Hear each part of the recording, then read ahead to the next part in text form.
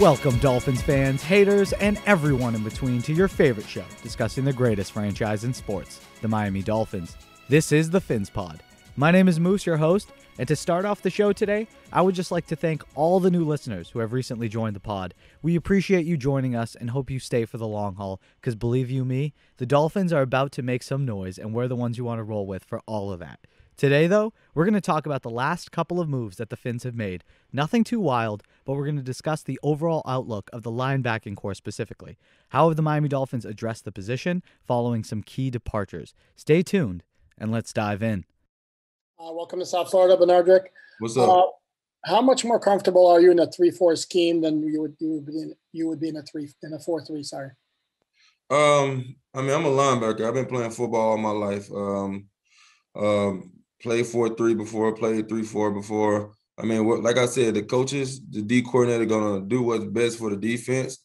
And if we play 3-4, 4-3, diamond, whatever front, and he put me in a position, I'm just gonna play my style of the game and just do my job.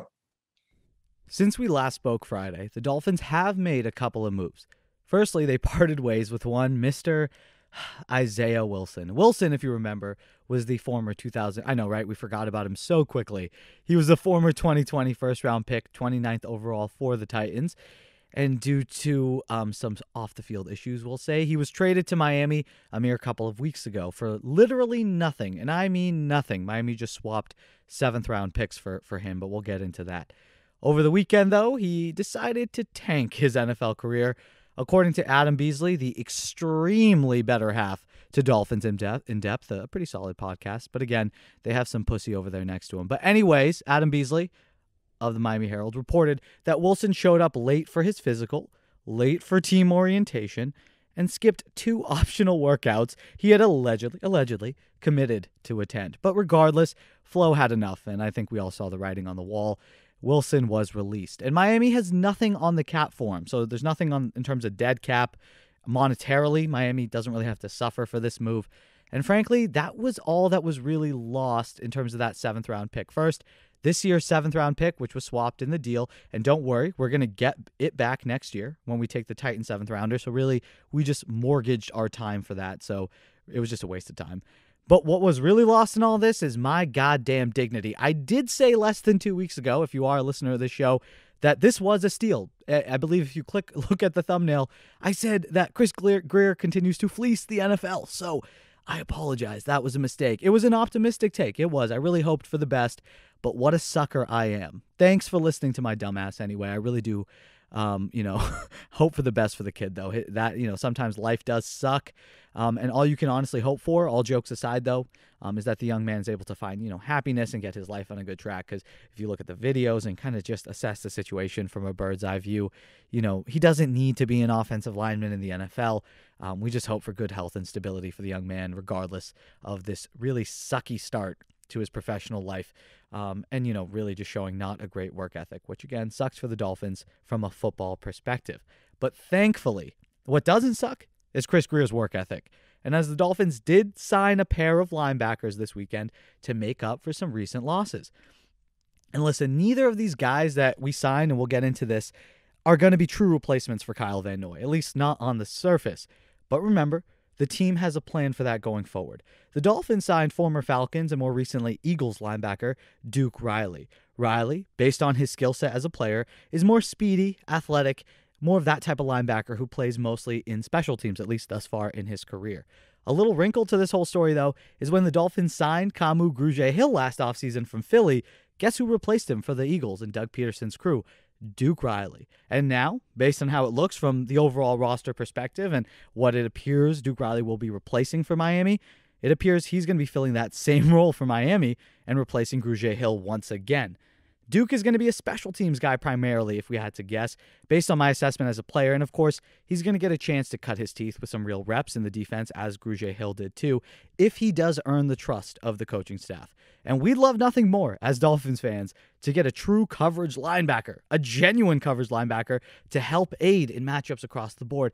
That would be so helpful for Miami to add that jack-of-all-trades and versatility piece to this defense. Not just leaving currently Jerome But another true athlete to have to match up with these shifty backs and athletic tight ends to help Jerome Baker out.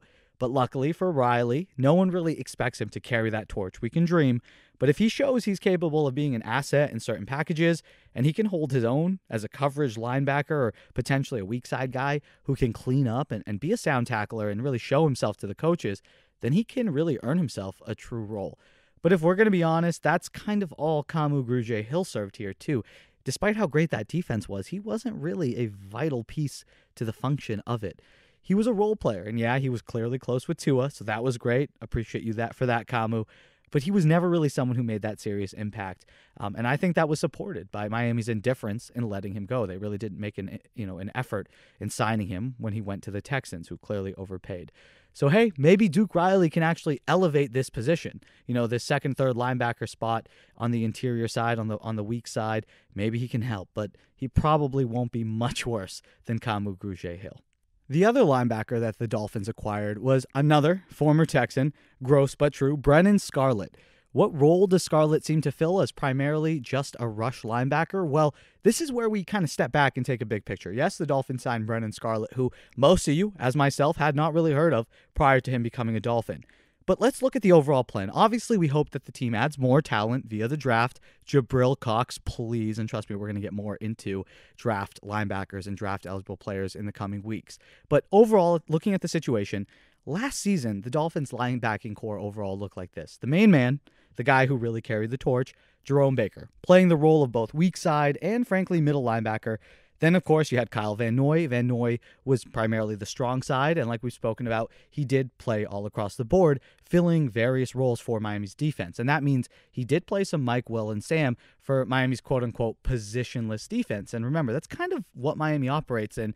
If you're an athlete and you can match up, you'll be on the field. So regardless of what you want to call the Packers, 3-4, 4-3, amoeba defense, whatever it is, Miami's just looking for playmakers. So that's what Kyle Van Noy was for them last year, and obviously that's what Jerome Baker held. He just tended to do it more on the backside of the play. After that, you had Andrew Van Ginkel, who flashed and, like we've talked about, showed himself to be a viable outside rusher and overall force for the Fins. And then there was a Landon Roberts, Kamu Grugier-Hill, and Sam McGuavin, who frankly didn't really make much of an impact overall. Landon Roberts had a few flashes, but again, nothing crazy. And this is what it seems like the Dolphins have at this point. So like we talked about that, obviously you have Jerome, you have Kyle Van Noy, Andrew Van Ginkel coming in, and then Landon Roberts, Kamu Grugier-Hill, Sam McGuavin. And of course, we're talking Shaq Lawson, Emmanuel Ogbah, but these are more defensive ends. We're talking about pure linebackers. But right now, the Dolphins seem to have Jerome Baker continuing to play that main role as a primary backer, as well as the general weak side guy who's going to continue to eat and clean up on the back end. Expect another 100-plus tackles this season, of course, barring injury. Andrew Van Ginkel steps up into the role of primary strong side backer. He's going to hold the edge and essentially take on a larger snap load for our defense this year. And personally, I feel like he outplayed Van Noy anyways, so the move is fine here. So pretty much that's what we're looking at. Baker keeping the role he kept, nothing's changing, and you hope he elevates his game another year as a veteran in the league. Van Ginkel officially comes in and replaces Van Noy fully, which, again, doesn't appear to be much of a drop-off, especially when you look at the film closer to the end of last year. Who replaces Van Ginkel? And that is where we hope the draft comes into play. If we can add a high-talent guy to the rotation, via the draft, then I really do like our odds going forward. But for now, it appears that the replacement for Van Ginkel has been filled by Brennan Scarlett, the guy from the Texans we have just signed. The 27-year-old out of Cal and Stanford has shown an ability that he can hold his own and really crash down on run plays, doing just some initial tape work. Nothing crazy in terms of athleticism and bend, but he's strong and he's able to kind of shed blocks and really crash down and help in the run game. Nothing crazy. He won't get a ton of sacks, but he can rush too. He has that element to his game. Again, nothing crazy, but he'll be able to clean up if, he's playing a subpar tackle or offensive lineman. Nothing too impressive, though, during his time in the league. Since he entered the NFL in 2016, he had his best season back in 2019, where he contributed 3.5 sacks for the Texans with 51 tackles. So that is productive. So it appears that Scarlett, as a guy to potentially spell Van Ginkel going forward, is a viable option, kind of like what Van Ginkel did. However, kind of that 1-2 punch with Van Noy and Van Ginkel, we're going to miss because You don't want to expect that from Scarlett. But going back, that's where you hope that we can find a potential strong side linebacker in the draft. So then who takes the Landon Roberts role? Well, that is where this gets exciting. That's Mr. Benardrick McKinney. And that's why I'm excited about the potential growth of this defense, even though we lost Van Noy. Because the difference between a Landon Roberts and Benardrick McKinney, frankly, is astronomical. McKinney offers so much more, and he can be left on the field on many more occasions, far more occasions, and in more situations than a Landon Roberts could, who, frankly, at times was a liability because of his concrete feet and inability to cover anybody. And listen, as great as Roberts occasionally flashed in moments, crashing into the A-gap, and really blowing up plays. We saw that a few times. He made some big sacks and crashed some great, 3rd and 1s, 4th and 1s. But Benardrick is able to do that just as well. Plus, he can two-gap much better. He can, get up on a guard, attack that block, see where the running back's going, force him to a side, shed the block, make a play. He can do that more consistently. And if you give him a clean shot at a runner, whew, we like to see that. Plus, he's far less likely, like we said, to get washed by a lineman coming down the line, as a Landon Roberts tended to do with those stubby arms. So overall, the linebacking core should at least be treading water when compared to 2020, if not improved in 2021. Ideally, we see a jump there, an improvement, and you'd be crazy to think that former linebacker coach himself, Brian Flores, can't identify talent at the position. And if he felt like there was a lacking and a need there, he's going there to address that, which again is why McKinney was likely brought in. And they let guys like Van Noy go at his age to replace them with younger, fresher guys. And maybe, again, they have their eyes on the draft. And as we get into April and over the next few weeks, we're going to be talking a lot more about some of those potential additions to the team via the draft. But God, I love the NFL and I can't wait for that. But for now, we're just looking at right now what the team has. But I'm excited to see what's added to the linebacking core going forward. Tell you what, both these coaching staff, everyone knows about Andy Reid. Brian Flores is really ramping up. 3rd and 12, they got Mahomes. My goodness, that might be the sack of the year. Jerome Baker knocks him down at the 3-yard line. That's going to be somewhere in the neighborhood. Yes, 30 yards. Well, this one, you're going to see Agba, who's played great this year. Baker off the edge up top. He's got a lot of speed. He's their middle linebacker, 55, and Mahomes thinks he can outrun him. And, wow, that might be the...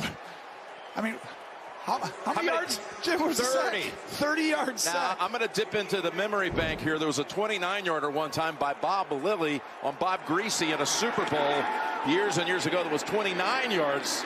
It's just unheard of. This was 30. Thank you guys so much for listening to the PhinsPod. That's going to do it for us here. I really hope you enjoyed it.